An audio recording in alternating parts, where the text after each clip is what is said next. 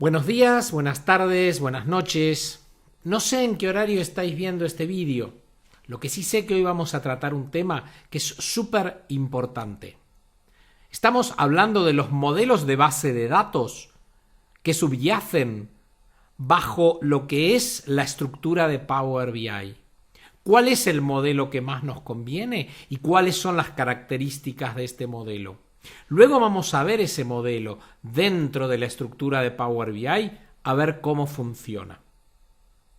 Entonces, vamos a comenzar.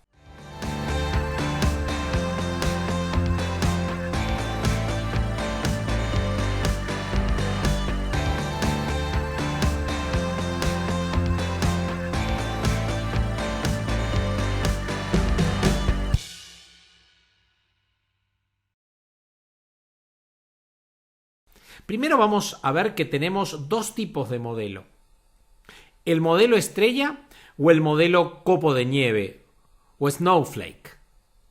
Ahora vamos a tratar de entender cuáles son las características de cada uno de esos modelos y para esto os he hecho unos ejemplos. Vamos a comenzar con el modelo más sencillo, que es el modelo de estrella. En el modelo de estrella vamos a ver que tenemos una tabla central de hechos y tablas que la rodean llamadas dimensiones. Normalmente, la tabla de hechos vamos a ver que está compuesta por campos mayoritariamente numéricos. Y puede ser que tengamos, o mejor dicho, seguro que vamos a tener, toda una serie muy importante de campos que son todas claves foráneas. No sé si recordáis lo que es una clave foránea, una clave primaria, pero sería bueno que lo tengáis muy claro para trabajar con Power BI. Si tenéis dudas sobre esto, podemos hacer otro vídeo explicando particularmente las características de estas claves. De todas maneras, podéis mirar aquí que hay vídeos donde yo explico todo lo que tiene que ver con los diferentes tipos de clave que se pueden utilizar. Pero volvamos al tema. Vamos a seguir hablando de esta tabla principal de hechos. La tabla de hechos, como les dije, tiene toda una serie de campos que suelen ser los campos numéricos que contienen las transacciones que nosotros queremos analizar. Por ejemplo, una tabla de hechos clásica es una tabla de ventas. En una tabla de ventas lo que vamos a tener son todas las sumas de ventas, los totales vendidos, los costes, etcétera, ¿sí? O sea, toda la información numérica que tiene que ver con una transacción específica, con una venta. Y en la tabla, obviamente, vamos a tener todas las ventas que se han realizado en, bueno, puede ser de toda la vida, o en un periodo determinado. Esto depende de la tabla de ventas, lo que nosotros estemos cogiendo, ¿sí?, de los sistemas de origen. Entonces, tenemos esta tabla de hechos, pero la tabla de hechos, que solamente tiene números, vamos a querer analizarla por diferentes características. Y estas características son las dimensiones. Entonces, nosotros vamos a tener alrededor de esta tabla de hechos toda una serie de tablas que son esas dimensiones. Y esto es muy importante a tener en cuenta. Nosotros vamos a tener foreign keys en la tabla de hechos hacia las dimensiones. ¿Se va entendiendo cómo se monta el modelo?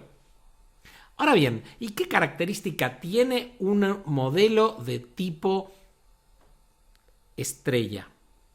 Pues bien, en el modelo de tipo estrella, la característica fundamental es que tenemos esa tabla de hechos y rodeándola una sola línea de dimensiones. O sea, solamente tablas de dimensiones que luego esas tablas no están conectadas a nada. A ver, vamos a ver el ejemplo, ¿sí? Entonces, aquí os voy a mostrar, justamente, aquí tenemos un ejemplo que estamos viendo en Power BI donde tenemos aquí la tabla Fact Internet Sales, que es nuestra tabla de hechos. Y rodeando esta tabla de hechos tenemos una única línea o anillo, si ustedes quieren verlo de esta manera, con tablas de dimensiones. Pero ese anillo es único. A ver, como vemos, el modelo es muy sencillo. Si yo quiero analizar en este caso son 4 dimensiones, yo tengo la dimensión de fechas, la dimensión de cliente, la dimensión de producto, la dimensión de moneda, y perfectamente yo aquí tengo mi tabla de hechos que la podría analizar por cualquiera de estas dimensiones. Ahora, hay algo curioso dentro de este modelo que ahora os lo voy a mostrar. Vamos a ver que si yo cojo la tabla clientes no solo contiene campos específicos del cliente. Voy a hacerle un poco de zoom para que se vea esta situación.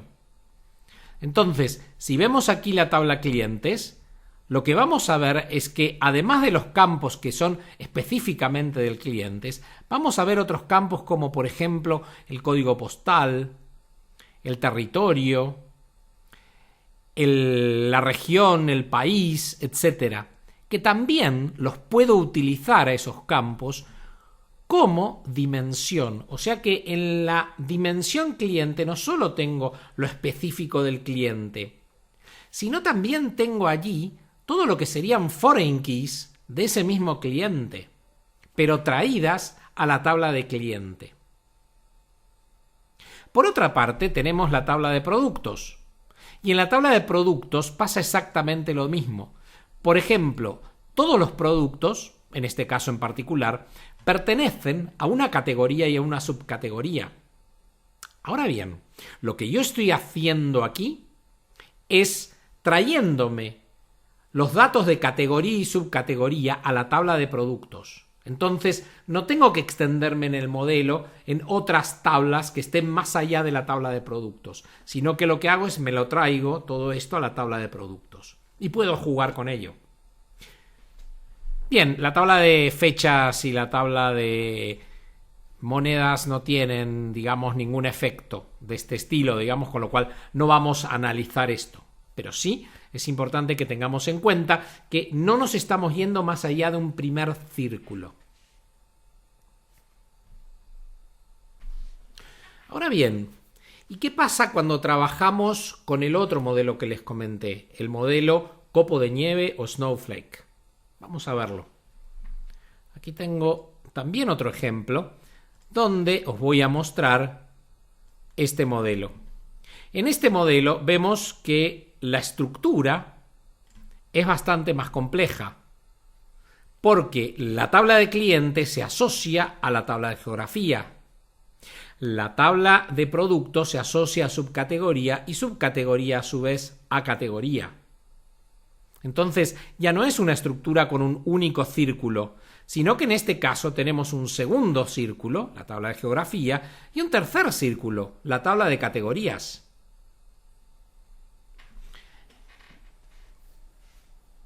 De todas maneras, yo perfectamente en Power BI puedo analizar las ventas por una categoría o puedo analizar las ventas por una subcategoría.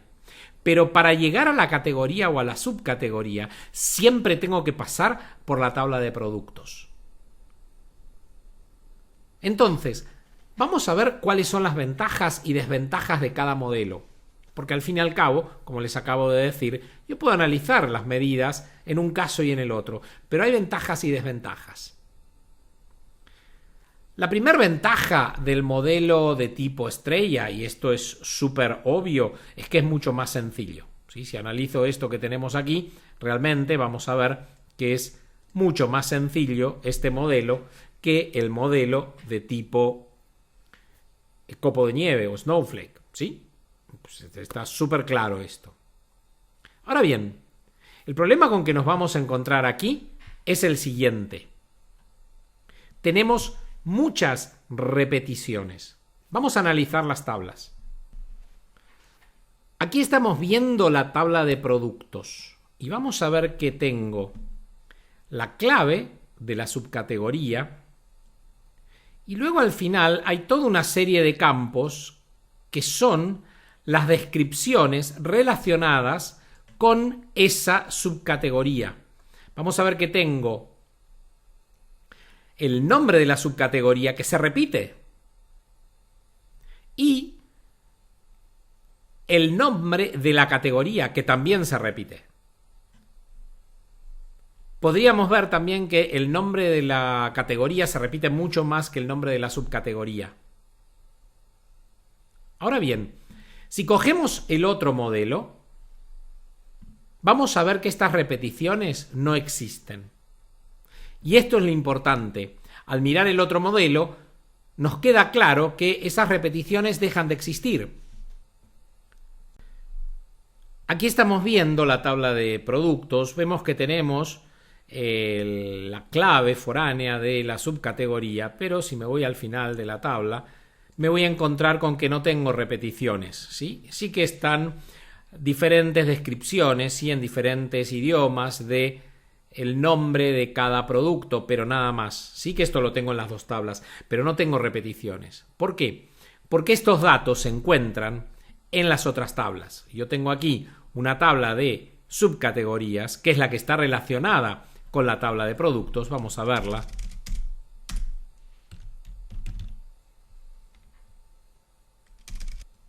Y en la tabla de subcategorías vamos a ver que tenemos las subcategorías, pero una única vez por cada categoría. ¿Por qué? Porque esta tabla a su vez está relacionada con la tabla de categorías. Si voy a la tabla de categorías, vamos a ver que solamente tiene 4 registros. Y esto es importante. Estoy ahorrando mucho espacio en la base de datos. Entonces, si hablamos del modelo copo de nieve, su gran ventaja es el ahorro de espacio. Pero su gran desventaja es que si yo tengo muchos anillos, podría darse el caso de que la performance caiga realmente mucho. Entonces, es lo que tengo que analizar. ¿Necesito un mejor modelo de base de datos por un tema de eficiencia a la hora de utilizar espacio? ¿O necesito un peor modelo de base de datos, pero donde obtenga mayores rendimientos en cuanto a velocidad? Entonces, esto es lo que tengo que tener en cuenta. En mi criterio, normalmente, cuando uno excede de un segundo o tercer anillo, como en este caso, ¿sí? Ahí hay que analizarlo.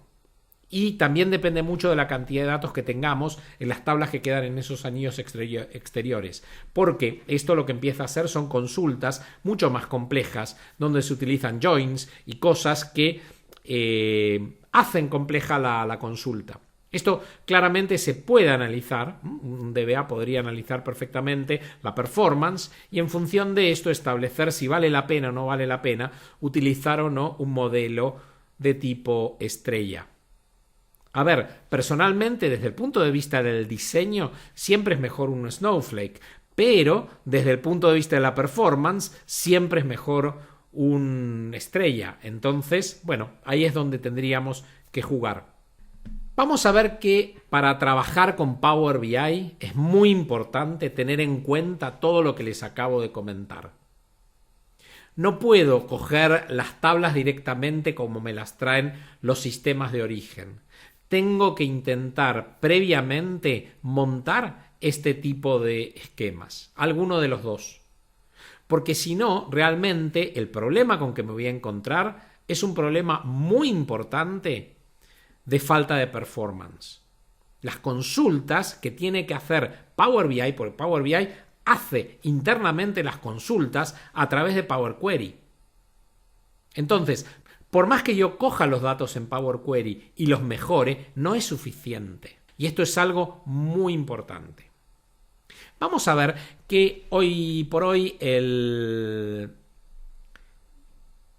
Power BI Modeler ha mejorado mucho y tiene muchas características muy interesantes. Tenemos aquí propiedades que podemos controlar, podemos determinar si, por ejemplo, alguno de los datos que tenemos aquí es de tipo geográfico, por ejemplo, y aquí podemos definir si ese dato es de tipo geográfico o no. Esto es una característica muy interesante que hoy por hoy tiene Power BI y que la podemos utilizar perfectamente.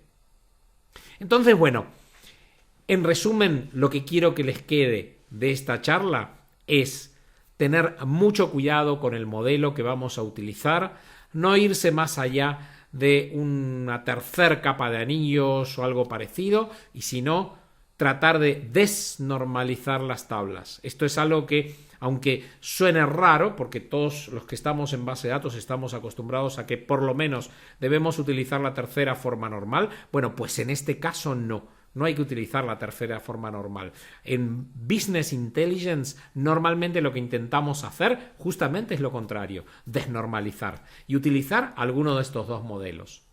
Si nos vamos a utilizar las estructuras originales, vamos a ver que tenemos problemas y tenemos que resolverlos. Entonces, bueno, esto era un poco lo que quería comentarles. Espero que os haya resultado útil. Por favor, si realmente os interesa el vídeo, suscribiros al canal y dad un like. Así yo me entero de que os interesan estos vídeos y sigo haciendo vídeos. Muchas gracias y será hasta el próximo lunes. Hasta luego. Hola. Si te gustó este vídeo, por favor dale un like y activa la campanita. Gracias.